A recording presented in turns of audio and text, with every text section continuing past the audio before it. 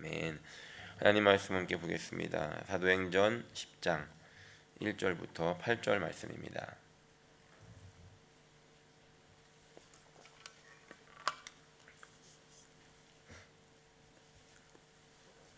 사도행전 10장 1절부터 8절 말씀 함께 봉독하겠습니다.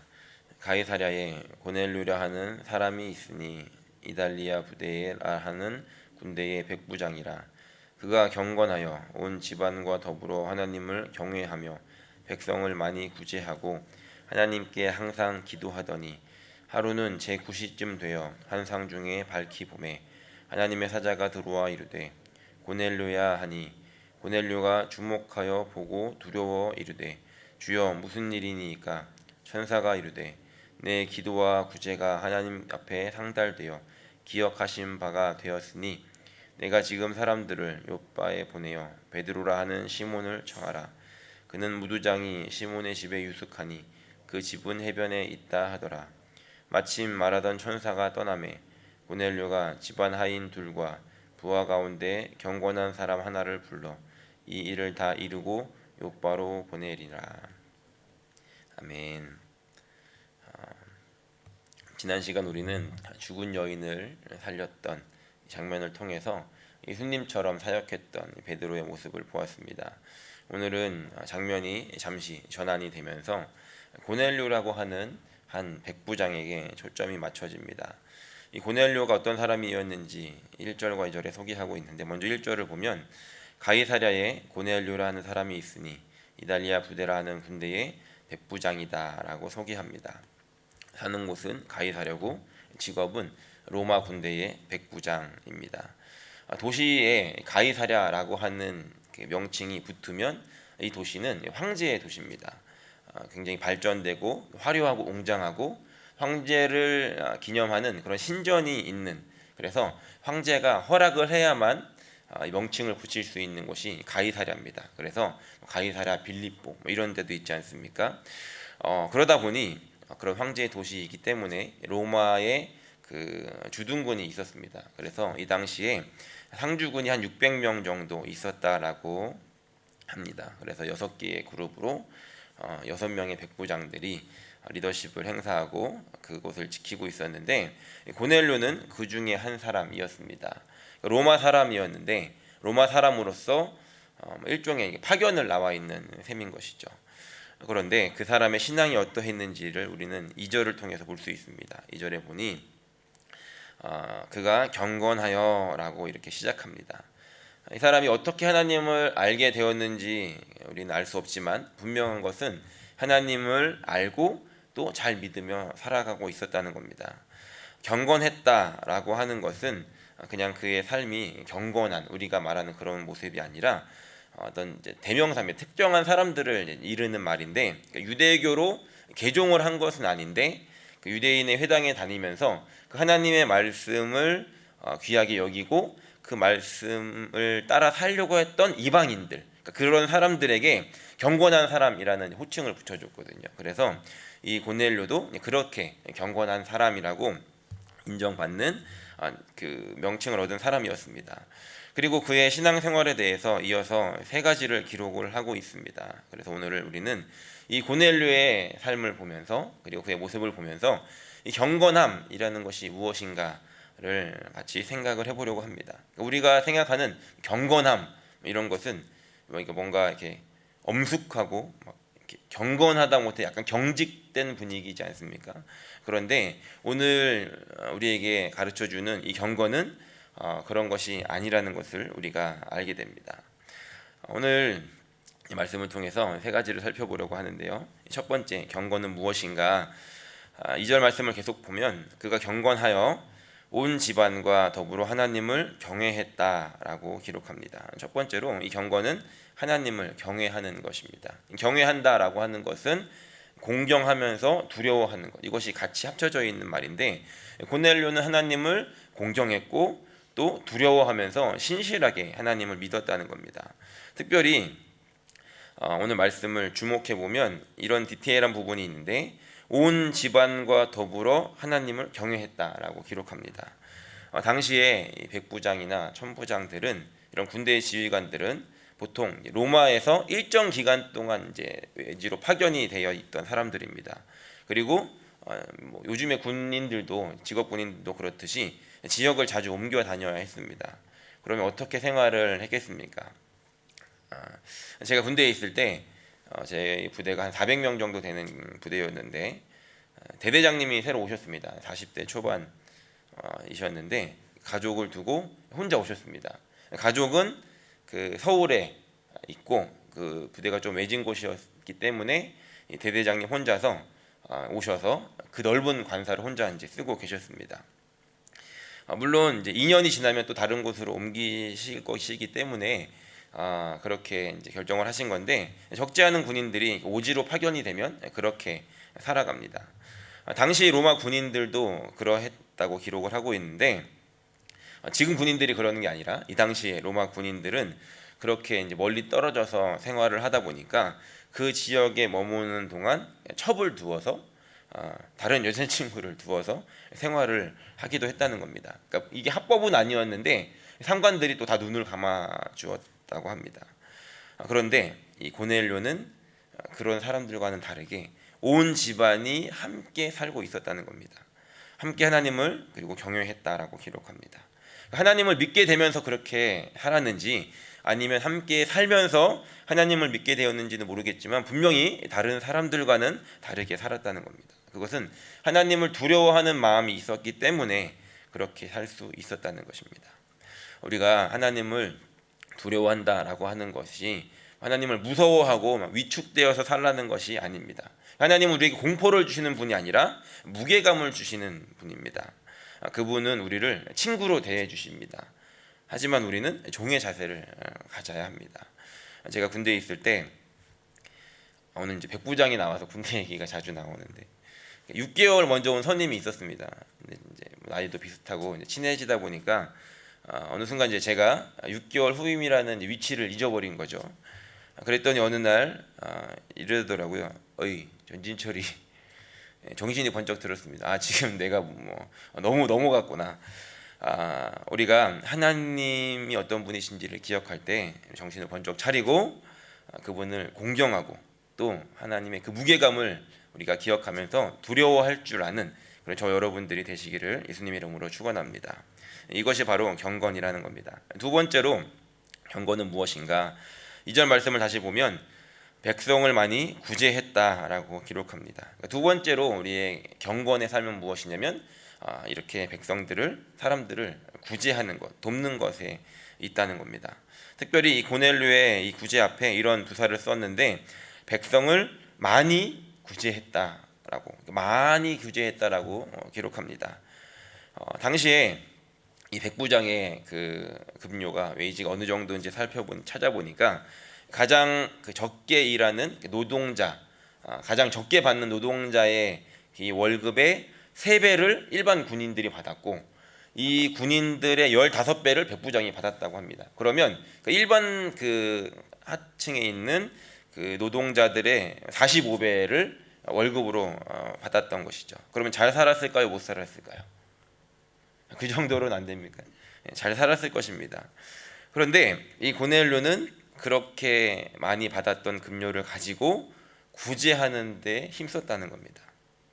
잘 생각해 보면 고넬료는 로마 사람입니다.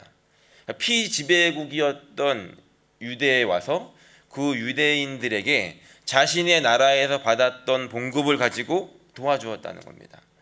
어떻게 보면 이 고넬료는 다시 돌아갈 사람입니다. 여기서 살 사람이 아니고 돌아가면 그만인데 그 급료를 가지고 그것도 많이 사람들을 도왔다라고 합니다.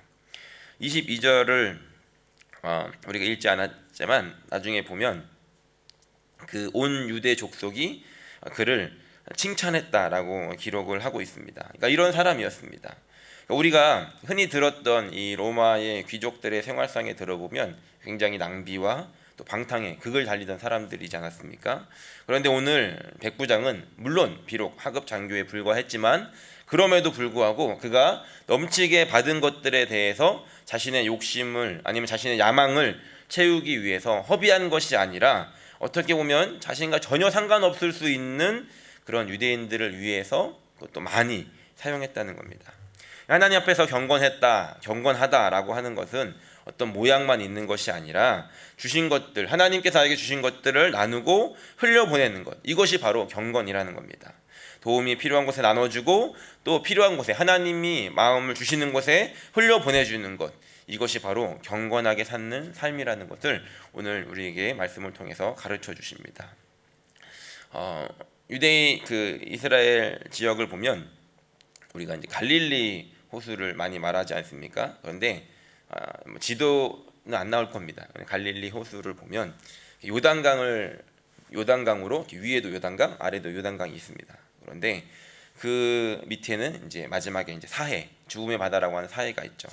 갈릴리 호수는 당시에 이제 풍요로움의 상징이고 바다라고 할 정도로 굉장히 풍성했던 그런 곳입니다.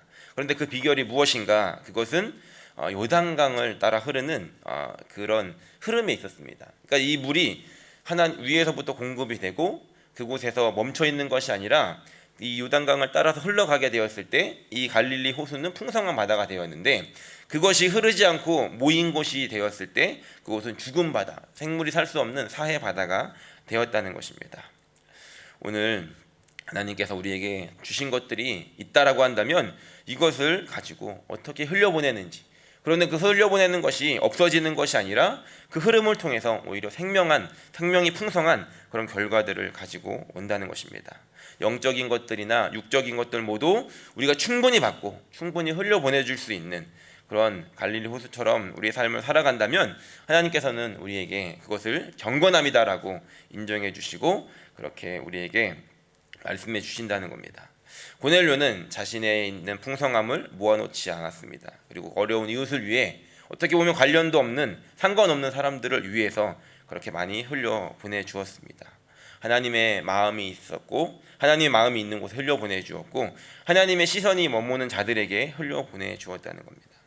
그런 고넬료를 오늘 경건한 사람이라고 합니다. 오늘 저 여러분들의 삶 가운데 이렇게 나눔을 통해서 이 경건을 실천할 수 있는 그런 은혜가 있으시기를 예수님의 이름으로 간절히 축원합니다. 세 번째로 경건은 무엇인가? 2절 말씀을 다시 보면 마지막에 하나님께 항상 기도했다라고 기록합니다. 경건이라고 하는 것은 항상 기도하는 것입니다. 이 고넬료를 표현하면서 항상 기도했다라고 하는데 이것은 규칙적으로 기도했다는 것입니다. 이 기도하는 고넬료에게 경건하다라고 말하는 것이죠. 어떻게 보면 우리가 이제 경건 생활이라고 하는 것과 가장 이제 거리가 가까운 것처럼 느껴지는 것이 기도이지 않습니까? 고넬료는 그렇게 기도하는 사람이었습니다. 그리고 시간을 정해서 기도하는 사람이었는데 그렇기 때문에 늘 깨어 있었다는 것을 우리가 알 수 있습니다. 보통 유대인들은 이제 하루에 3번 기도하는 시간이 있었는데 아마 고넬료도 그 시간을 정해놓고 기도했던 것 같습니다. 3절을 보면 이렇게 항상 깨어서 기도하는 것이 얼마나 중요한지를 또 알 수 있는데요. 3절을 보면 하루는 제9시쯤 되어 환상 중에 밝히 보매 하나님의 사자가 들어와 이르되 고넬료야 하니 라고 고넬료를 하나님의 천사가 찾아옵니다. 그리고 4절을 보면 고넬료가 주목하여 보고 이르되 주여 무슨 일이까 라고 묻습니다. 잘 보면 고넬료가 이제 기도 시간에 기도를 하고 있는데 천사가 찾아왔죠. 그래서 찾아와서 고넬료야라고 이제 묻습니다. 그러면 이 지금 눈앞에 보여지는 이 천사가 하나님의 사람인지 아니면 저승사자인지 알 수가 없습니다. 그런데 기도하는 사람은 그 영이 깨어 있었기 때문에 하나님의 말씀에 민감하게 반응할 수 있고 이것이 하나님으로부터 온 사람이라는 것을, 하나님으로부터 온 천사라는 것을 바로 분별해낼 수 있었다는 겁니다. 고넬료는 그날이 오기까지 항상 기도했다는 것입니다. 그리고 4절에 보면 고넬료가 두려움 속에 무슨 일인지 묻습니다. 4절에 보면 고넬료가 주목하여 보고 두려워 이르되 주여 무슨 일이니까? 천사가 이르되 내 기도와 구제가 하나님 앞에 상달되어 기억하신 바가 되었으니 라고 합니다. 고넬료가 갑자기 나타난 천사를 보고 바로 하나님의 천사임을 알고 무슨 일입니까? 라고 놀라서 묻습니다. 누구시냐고 묻은 게 아니라 바로 알아봤다는 것이죠. 그런데 그 천사가 하는 대답은 너의 기도와 너의 구제가 상달되어 기억하신 바가 되었다라고 합니다. 고넬료가 무엇을 받기 위해서 이렇게 경건하게 생활했다고 생각하지 않습니다. 그냥 하나님을 사랑하고 하나님 말씀대로 살아가기 위해서 그것을 실천하고 그렇게 살아갔던 사람이었는데, 하나님은 그 고넬료를 보고 계셨다는 겁니다. 고넬료가 항상 기도했던 그 기도가 하나님 앞에 상달되었고, 또 그의 구제와 그의 도왔던 그런 행동들이 하나님 앞에 기억됐다라는 것입니다. 한글말로는 이제 기억하셨다, 기억되었다라고 기록하고 있지만, 이 원어의 뜻을 보면 이것은 시선을 집중시켰다, 주목하여 봤다라는 뜻입니다. 다시 말해서 하나님이 잊어버린 것을 기억하신 것이 아니라, 이 고넬료의 이 경건했던 이 삶은 하나님의 시선을 집중시켰고 하나님께서 주목하여서 계속해서 보게 했다는 것입니다. 오늘 누가 하나님의 시선을 집중시키는 삶을 사시겠습니까? 제가 오늘 말씀의 제목을 사실 이제 여기 들어오기 한 5분 전에 바꿨습니다. 사실 하나님의 눈을 고정시키는 사람 이렇게 하다가 뭔가 약한 겁니다. 그러다가 바로 나오기 직전에 시선 강탈 이라는 단어가 문득 떠올랐습니다. 그래서 이제 밑에 유 목사님께 제목을 바꾸겠습니다라고 했는데, 시선 강탈이라는 것은 이제 신조어인데, 그 시선을 완전히 빼앗는, 그러니까 원래 봐야 되는 것이 있는데 그것이 아니라 다른 어떤 것으로 인해서 시선을 빼앗는다는 것을 뜻하는데, 오늘 하나님의 시선을 강탈하는 삶을 누가 사시겠습니까? 그것은 다른 것이 아니라 하나님을 경외하고 또 하나님의 사람들에게 하나님의 마음이 있는 곳에 그 하나님께서 주신 것들을 나누고, 그리고 항상 포기하지 않고 끝까지 기도하는 사람, 바로 그 사람이 하나님의 시선을 집중시키는 사람이라는 것입니다. 오늘 저 여러분들의 삶에 이런 경건한 삶이, 그리고 이런 경건한 삶을 통해 하나님의 시선을 멈추게 하고 하나님께서 주시는 은혜를 받아 누릴 수 있는 그런 저와 여러분들이 되시기를 예수님의 이름으로 간절히 축원합니다. 기도하겠습니다. 하나님